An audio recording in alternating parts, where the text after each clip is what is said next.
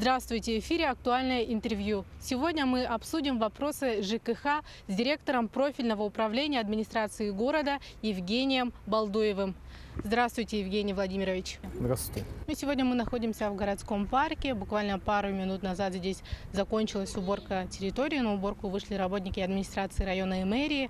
В городе объявлен двухмесячник по саночистке. Расскажите, пожалуйста, как продвигается этот двухмесячник и ваши оценки. Если в целом ситуацию оценить, то на самом деле все удовлетворительно. У нас предприятия и организации, индивидуальные, частные лица выходят на уборку территории. Вот всего у нас по графику 136 организаций. Сейчас на сегодняшний день половина уже провели субботники. Еженедельно мы получаем отчеты от этих организаций. И 3 раза в неделю мы ходим комиссионно, осматриваем закрепленные территории. В общем-то, работа идет, ее видно, но, к сожалению, весна была затяжная такая. Сейчас только начала высыхать. Некоторым организациям надо будет повторно выходить, потому что в пределу объективных обстоятельств не получилось убрать территорию, потому что мокро было, где-то снег лежал. Но данная ситуация, в принципе, она рабочая. И двухмесячник у нас продлится еще до конца июня, 29 июня, поэтому время есть. В городе еще действует бесплатный вывоз мусора. Расскажите подробнее, какие сроки и вообще какой вид мусора можно вывозить. Да, действительно, в период месячника по санитарной очистке мы ежегодно предоставляем льготу всем участникам двухмесячника, за которыми закреплены территории, а также иным лицам, которые могут к нам обратиться и получить бесплатные талоны. Мы выдаем им бесплатные талоны, они, соответственно, завозят мусор, отдают эти талоны и ни за что не платят. Дополнительно для частных лиц, для участников дачных обществ огороднических мы предоставляем бесплатный завоз мусора также на полигон ТБО. Это бытовой мусор, помимо металлолома, резины и опасных отходов. То есть остальной любой мусор они могут привозить и беспрепятственно завозить на полигон в течение до конца июня, пока могут пользоваться всей этой льготой. Параллельно еще решаются вопросы отопительного сезона. Завершился ли он и вообще какие работы, ремонтные работы предстоят в перерыве? По отопительный сезон 2017-2018 годов пока не завершен. Постановление подписано и окончание отопительного сезона назначенная дата 1 июня. Сегодня у нас 25 мая, поэтому еще 5 дней отопительный сезон будет длиться. Вообще мы действуем согласно постановлению, когда отопительный сезон оканчивается, исходя из средней суточной температуры. Поэтому, посмотрев по погоде, выбрано решение, что с 1 июня. Что касается самого отопительного сезона, который проходил у нас 17-18 год, хоть зима и была у нас достаточно холодная, но можно сказать, что отопительный сезон прошел стабильно, аварий не было, каких-то критических ситуаций также не наблюдалось, поэтому были мелкие какие-то выходы из строя отдельных узлов, механизмов, но это такая текучая работа, система отопления, она в принципе всегда есть, она решаема, а вот конкретно каких-то тяжелых последствий и тяжелых аварий не было. Поэтому, в принципе, если характеризовать сезон, то он достаточно хорошо прошел и удовлетворительно для нас. Вот на сегодняшний день уже сейчас началась подготовка к новому сезону, выпущено постановление и администрации района, и администрации города о начале подготовительного периода. Сейчас уже проводятся у нас штабы, на которых присутствуют все участники отопительного сезона, жилищно-снабжающие организации, управляющие компании. И сейчас уже сформированы у всех планы, подготовлен сводный план по тем элементам, по оборудованию, которое будет меняться, по сетям, по теплопунктам, по котельным, по газовым котельным, по нефтяным котельным, по северо-восточной котельной нашей. Поэтому уже, несмотря на то, что старый отопительный сезон пока не закончился, уже идет подготовка к новому. Летний период у нас короткий, сейчас буквально 3 месяца, и с 1 сентября у нас начнется следующий сезон. Недавно мы встречались с дачниками, они жалуются на ряд проблем. Одна из них – это перебои с водой, они достаточно бывают длительные. Скажите, вот с чем это связано? Вот что касается дачных огороднических обществ, находящихся на территории города Мирный, здесь ситуация следующая. Городские власти непосредственно оказывают помощь по мере своих возможностей этим обществам. Их, понятно, их никто не бросает одних, хотя это отдельное общество, у них есть председатель, у них определена сумма членских взносов, на которые они должны жить. Но тем не менее, вот с прошлого года и в этом году мы продолжили вот эту схему. Мы в прошлом году ликвидировали на территории города практически все мусорные свалки на дачах, которые были у нас непосредственно на выходе в город. Установили там кузова, привезли с помощью акционерной компании, выделили нам кузова, мы туда поставили белазовские. И весь прошлый год мы эти кузова сами вывозили за счет собственных средств, то есть очищали от мусора.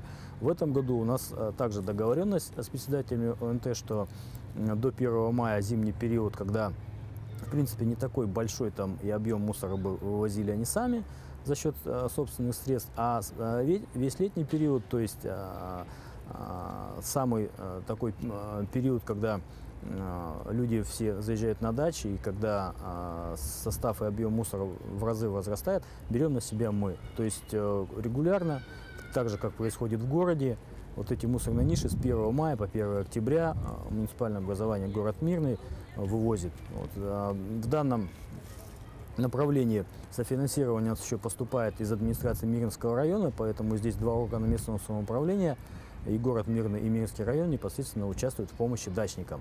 То, что касается вот, остальных инженерных инфраструктур, да, как электроснабжение и водоснабжение, то здесь мы также помогаем им. Мы 2 года назад установили прибор учета на дачном огородическом обществе ОНТ «Рудник» для того, чтобы оплата происходила по фактическому потреблению. Мы проинвентаризировали все сети и передали на обслуживание западным электрическим сетям, в том числе сети и трансформаторные подстанции. Вот. И в случае обращения к нам со стороны председателя ОНТ мы также участвуем в регулировании вопросов и в оказании помощи. Но, опять же, я еще раз говорю, основная деятельность дачных обществ, она должна осуществляться внутри.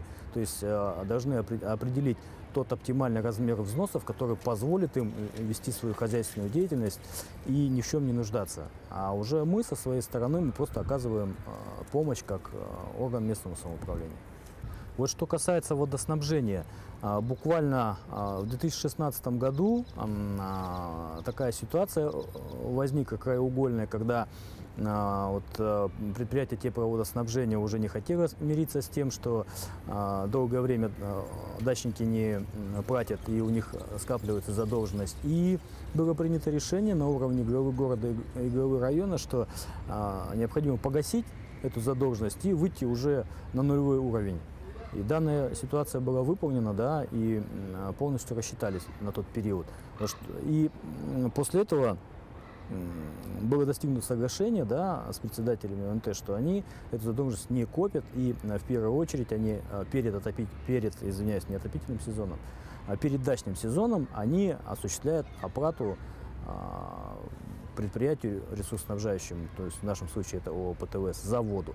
То, что касается вот, возможных недопоставок, это зависит прежде всего от состояния сетей, потому что протяженность по дачам очень длинная, да, очень длинная, и если возникают порывы этих сетей, теряется давление, и до каких-то отдельных линий просто вода может не доходить.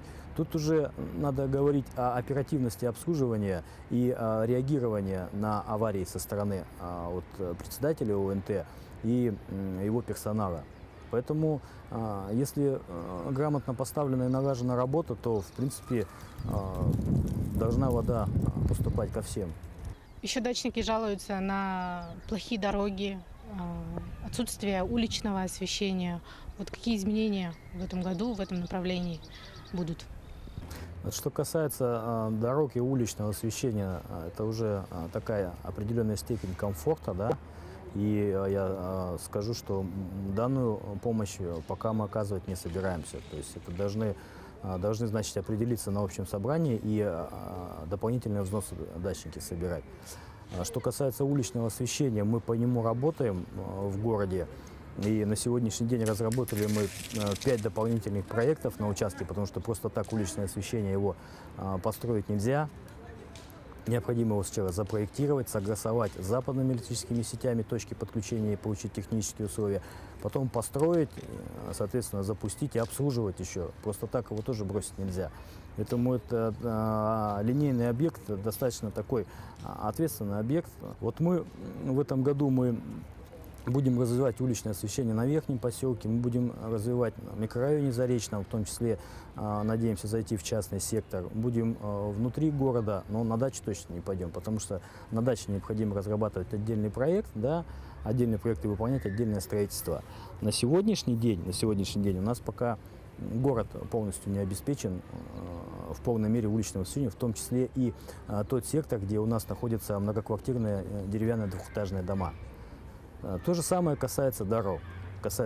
У нас масса проблем, где в частном секторе у нас проживают люди, это плановые дома, они там зарегистрированы, у них есть адресный знак, но тем не менее они испытывают трудности, и особенно вот в переходный период, весенний, летний, в осенний период им очень тяжело передвигаться и просто необходим там ремонт. Поэтому мы пойдем именно туда. Недавно в городе заработал пункт передержки безнадзорных животных, и у горожан возникли вопросы, особенно это касается вообще жизни самих животных, да, дальнейшей в этом пункте. Будут ли их усыплять и в каких случаях? Касаемо усыпления собаки, здесь определены конкретные, согласно закону, определены конкретные ситуации, когда мы ее усыпляем. Это если собака агрессивна и если она бешеная. Если она заражена там какой-то болезнью. В остальных других случаях, то есть усыпление производиться не будет. Сам пункт передержки у нас находится по Чернышевскому шоссе. Это в непосредственной близости от полигона ТБО, прямо на въезде с правой стороны. Мы еще повесим плакат, вывесим на сайте информацию. Вот. И любой желающий может там туда приехать, посмотреть, может выбрать себе собаку, заберет, если кому-то нужна. Такие случаи у нас тоже уже были. Евгений Владимирович, спасибо большое за беседу. Удачи вам. Спасибо. Это было актуальное интервью. До новых встреч.